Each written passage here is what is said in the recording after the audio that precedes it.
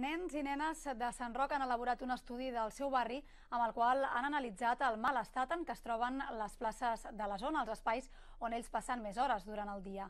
Les conclusions del projecte de l'aula oberta sota el nom de Sant Roc amb ulls d'infant es van presentar ahir. Els nens d'entre 6 i 12 anys ho tenen clar, volen que el barri sigui un espai més proper als infants. Instal·lar escombraries noves, arreglar la il·luminació del barri o arranjar les voreres de les places són algunes de les propostes que es van escoltar durant la presentació del projecte Sant Roc amb ulls d'infant. El projecte de l'aula oberta de la Fundació Ateneu de Sant Roc s'ha volgut centrar en l'estat de les places del barri, ja que així ho van decidir els joves quan els van plantejar la iniciativa. Segons afirmen des de l'Ateneu, ha estat un projecte molt enriquidor en el qual han acabat participant fins i tot les famílies dels joves.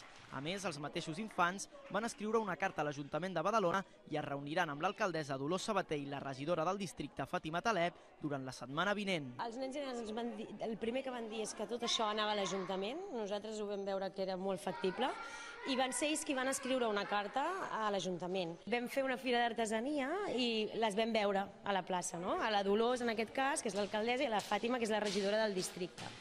I van ser els nens que van anar corrents a dir-los i els van dir: escolta, que us volem fer una proposta, heu rebut la nostra carta, i es van mostrar interessades en rebre'ns. Que volem un chiquipark, una gelateria, una escola de karate, un bar amb patates. Entre les propostes presentades també es van poder escoltar algunes de molt utòpiques, com la de construir una piscina i un jacuzzi al centre de la plaça de Sant Roc, i d'altres de més pragmàtiques, com la de millorar l'únic parc infantil del barri.